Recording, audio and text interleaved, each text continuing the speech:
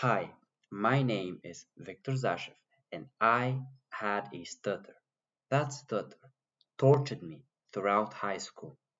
Like you can see here, I described my whole experience as hell because it was hell. And I'm sure that if there are any other high schoolers watching this video, they are going to describe it also as a painful, as a stressful, as an anxious experience of their life.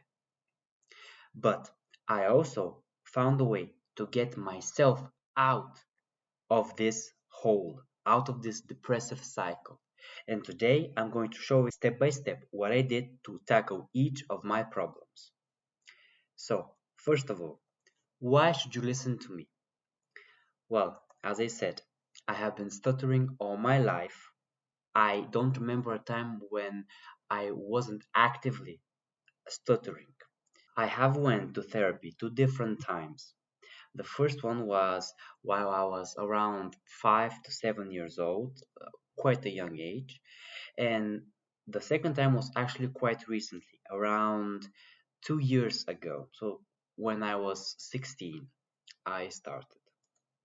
I have also tried all the methods that I could find online, all the articles on stuttering, all the YouTube videos that I could find on stuttering.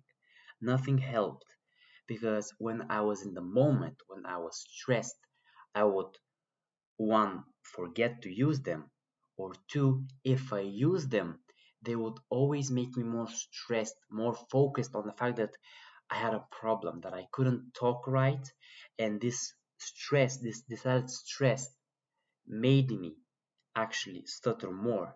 And also I wasn't focused on what the other person is saying. I have been depressed about my stutter. I have cried before bed, thinking about all the embarrassing moments from the past week. I know what it feels like to have your heart beat out of your chest before a public reading or a presentation. I know how stuttering makes you feel and how nobody else around you recognizes how bad it is for you, how much you hate your life because of it. And I also have tried just waiting it out. Many people say, oh, as you get older, your stutter will go away. I have tried that. I had spent many years waiting for this magical moment. But your stutter won't improve overnight. That's for sure. You have to put in effort. Right now in school, you have maybe one or two things that you are very scared to do. And I'm going to tackle my two things that I was anxious and embarrassed about because I couldn't do them right. And if you're anything like me, you will find success like I did. So the first one was public reading. I was deathly afraid of public reading. I always had my heart beat out of my chest. I was always shivering, at least in my mind. I felt like I was on adrenaline before the teacher had to pick a number, a random student to read their own homework. Like it got to the point that writing my homework was 10 times easier than reading it. And one time, me and my classmates went to an excursion to Budapest, and I had a great time there. But on the bus ride home, the teacher told me that I and everyone else would have to write an essay detailing about their experience at Budapest. And I just kept thinking about that day over and over because, okay, I had written my essay. It was ready. It was a good essay. When the day came and I was put in a room with all my classmates, all their own parents, I lost all of my mind. I even got to the point when I was shaking. I was so anxious to read in front of all these people because I couldn't manage it. I read like a first grader. And the teacher actually saw that I was shaking, and she knew me personally, of course, and she offered to read my essay for me. And I, of course, accepted because I was like in fifth grade. I always read super slow, like a first grader. And okay, that may be fine if you are in first class, the second class, but if you're a kid who just couldn't read at a normal speed, at a average speed in fifth, sixth, seventh grade, it gets to your head, man. You feel inadequate. And also, when I did have to read something, I just remember all of the stone wall expressions, all the blank expressions watching me when I blocked on each word, when I moved at a snail pace.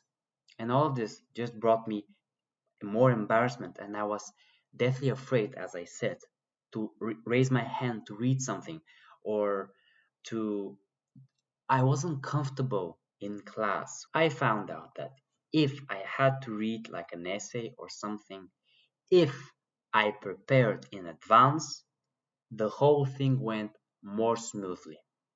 And so I prepared intensely before each public reading. So if I had to read an essay, I read it at home like 5, 10, 15 times before I was ready. And when I was comfortable reading alone, I then moved on to reading with my speech therapist. And you can try that too with someone that you know, like your brother or your family member or maybe a sister. Just read, practice your reading. Practice your reading until you're sure that you're at ease. Now, this relaxed feeling won't come right away. Even if you prepared at home, you will still fail. You will still be very stressed.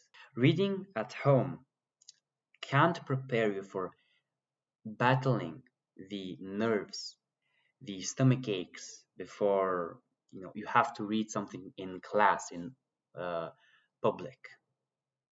So you have to have a degree of determination to know that if you continue on this path, and this path won't be smooth sailing, when you fail, you just have to think, what did I do wrong there?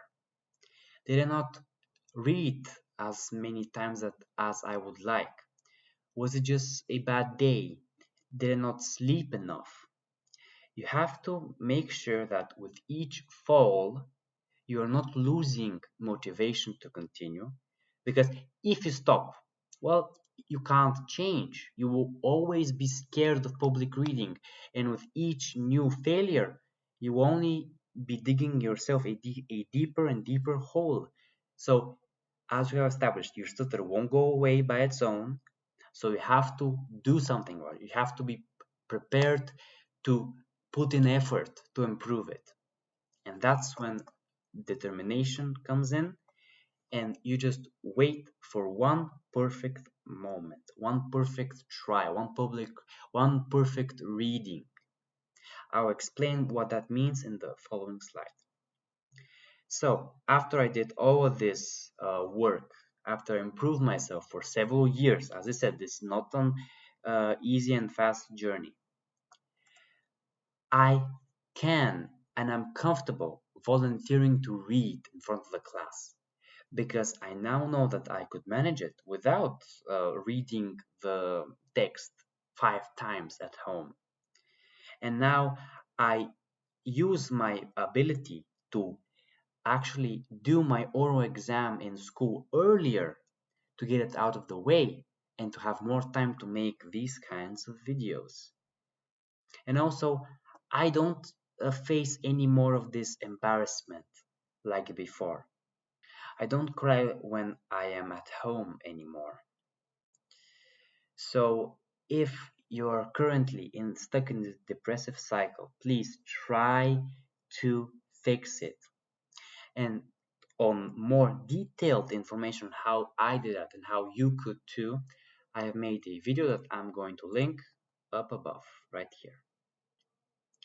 Then, after public reading, public presentations were the next most feared thing for me. So before, it was much the same as reading.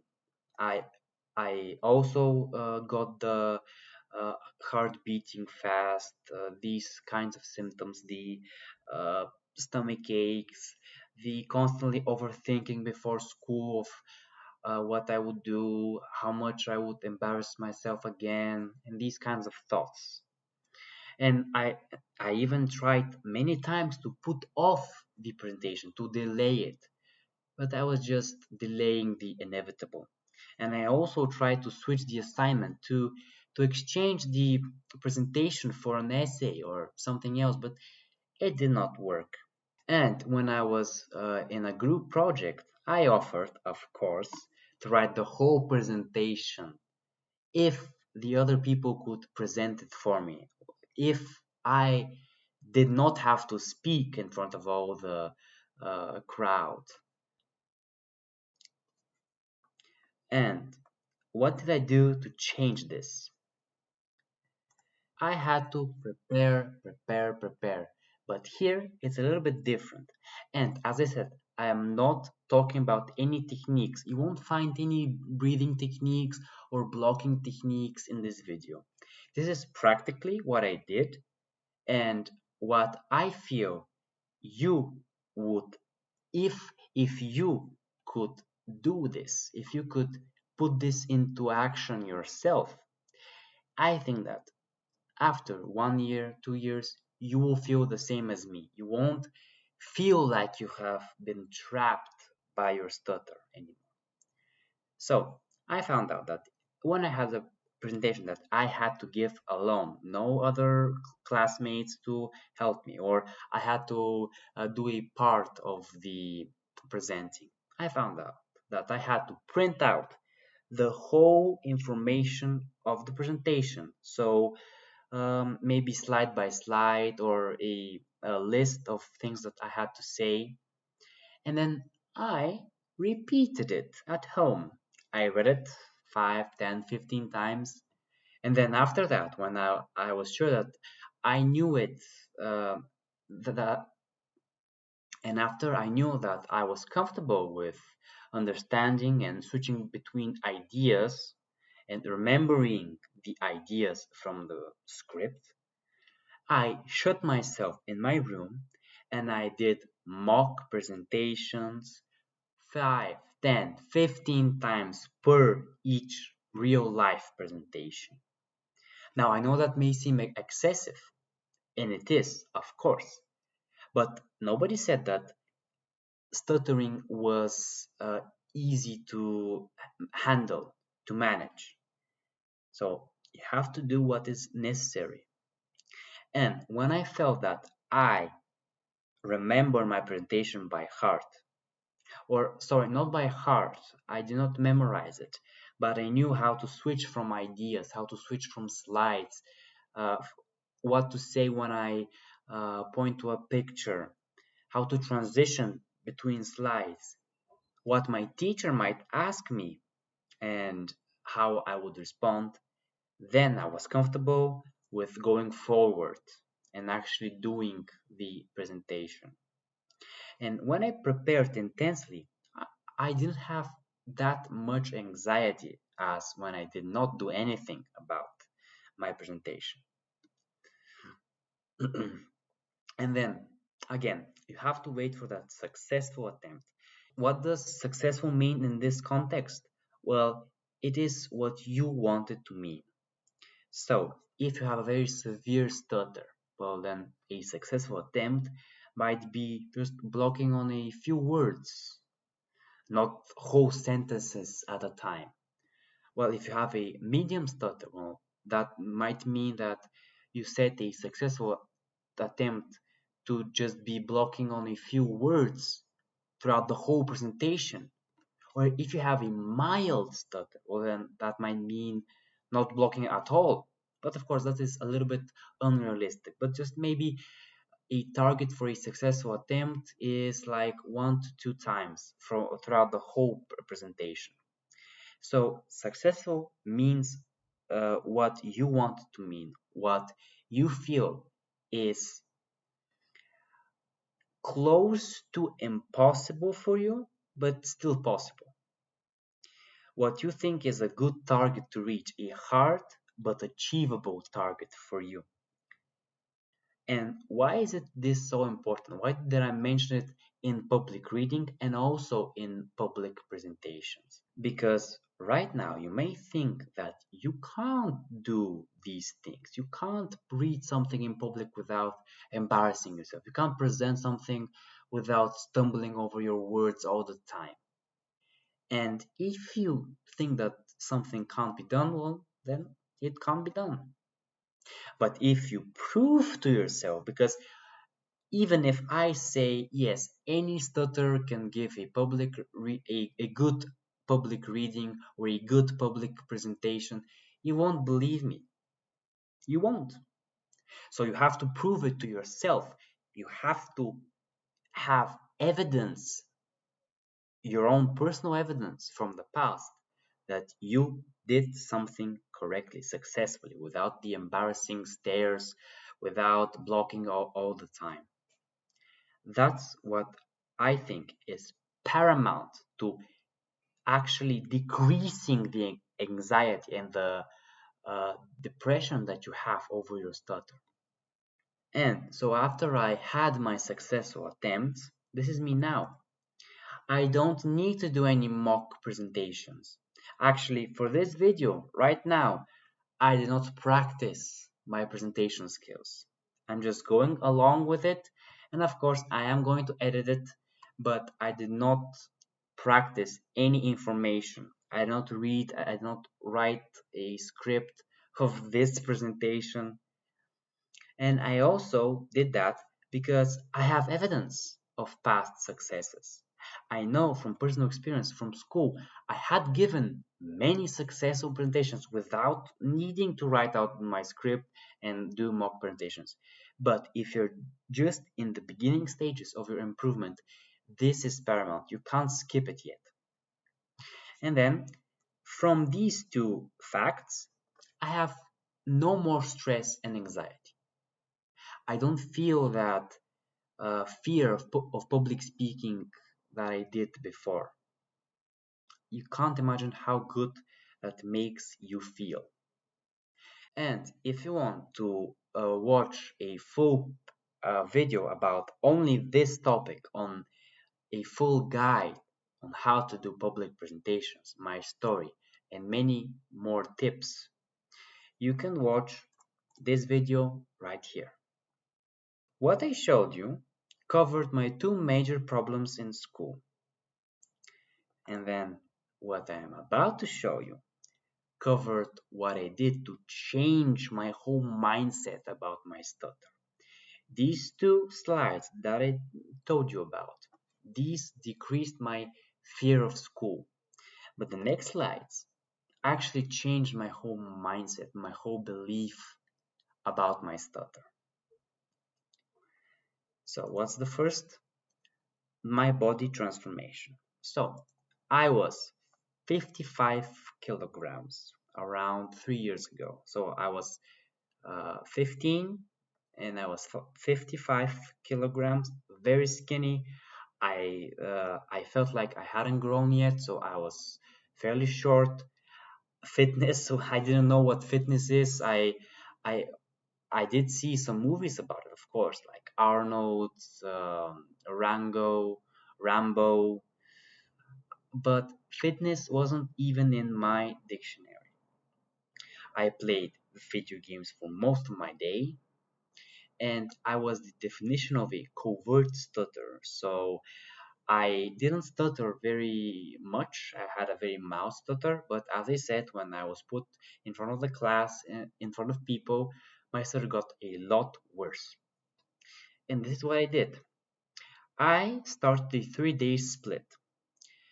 I tracked my progress using an app. This app was Jeffit. And then the first sign of progress appeared. My first bicep vein, my first shoulder vein.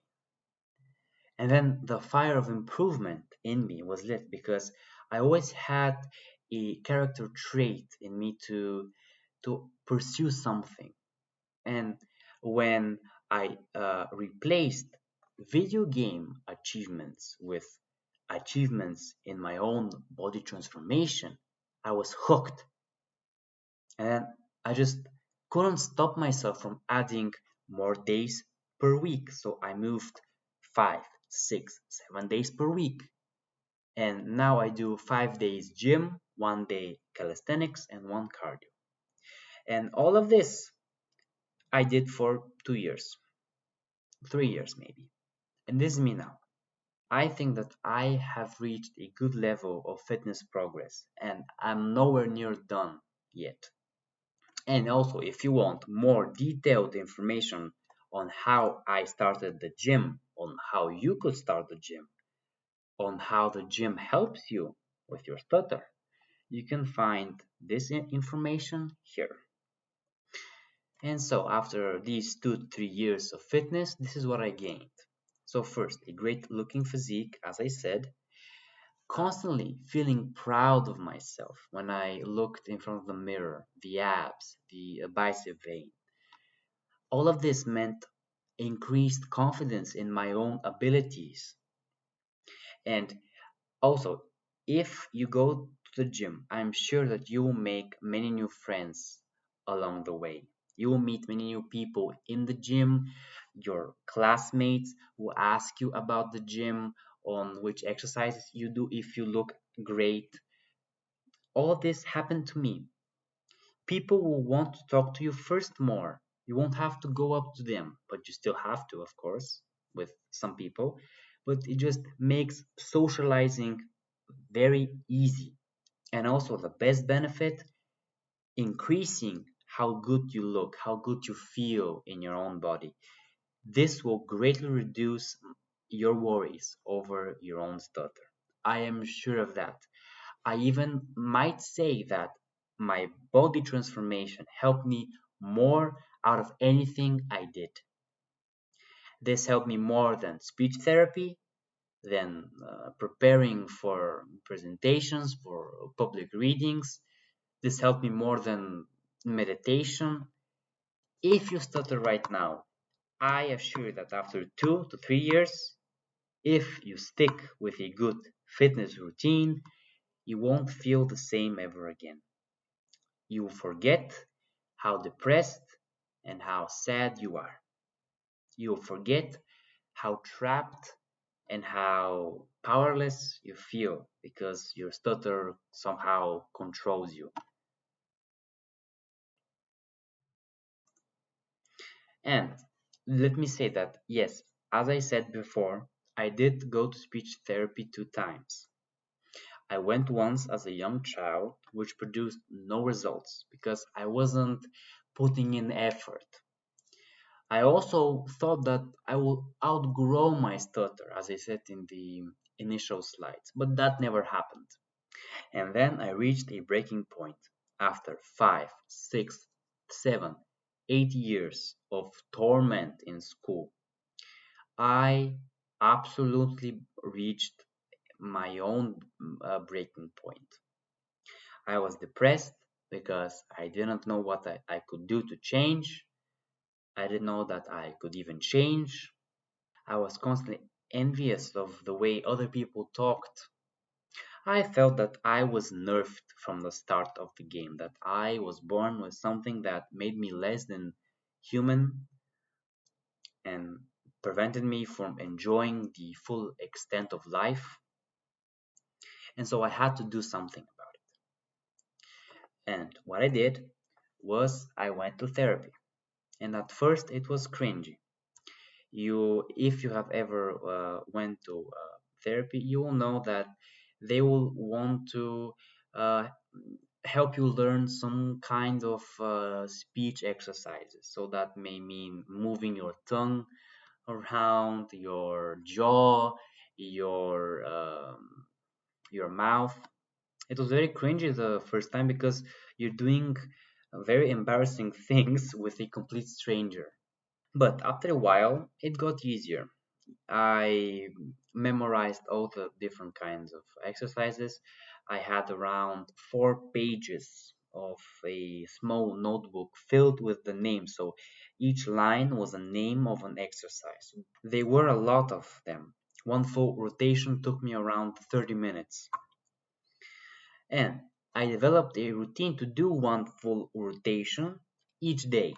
So I scheduled it in my calendar. I knew that, uh, for example, at 5 p.m. I would have to start, and then at 5:40 I would finish. And what I also did that helped me get the most out of speech therapy was actively having something to talk about. Because if you go into a speech therapy session, first they are very expensive. You have to get your money's worth. And so I looked around online for any new techniques. I tried them.